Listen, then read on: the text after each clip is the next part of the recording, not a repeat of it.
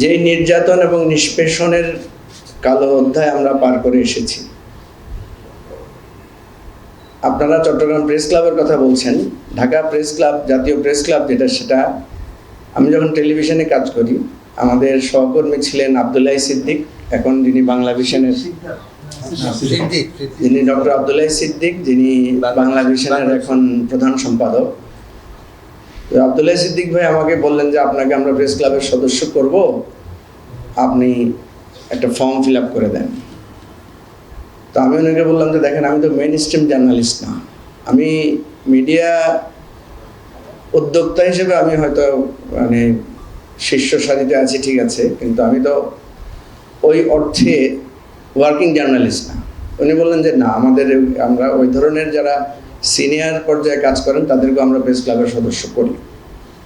তো উনি অনেকটা জোর করে আমার কাছ থেকে একটা স্বাক্ষর নিয়ে ফর্ম পূরণ করে জমা দিলেন। একই সাথে মাহমুদ ভাইয়েরও একটা ফর্ম জমা দিলেন, মাহমুদ রহমান। আপনারা জানেন মাহমুদ ভাইকেও অনেকভাবে অপমান করা হয়েছে, যে উনি সম্পাদক, বাই চান্স এডিটর ইত্যাদি ইত্যাদি কথা বলে। প্রেস ক্লাবের ভরা মিটিংয়ে মাহমুদ ভাই এবং আমার সাধারণ সদস্য পদ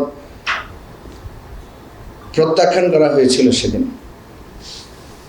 তো আমি তখন বলেছিলাম যে আপনারা কেন আমাদের এই, মাহমুদ ভাই খুব ক্ষুব্ধ হয়েছিলেন যে কেন আপনারা আমাদেরকে এভাবে অপমান করলেন প্রেস ক্লাবে।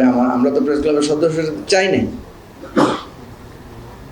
আজকে এখানে এসে যেটা দেখলাম যে অনেক, যেমন আমি রিপন ভাই থেকে চিনি, এই হুদয় ভাইদেরকে চিনি, আপনাদের অনেককে চিনি, যাদের পুরো ক্যারিয়ারই কেটেছে সাংবাদিকতা হিসাবে।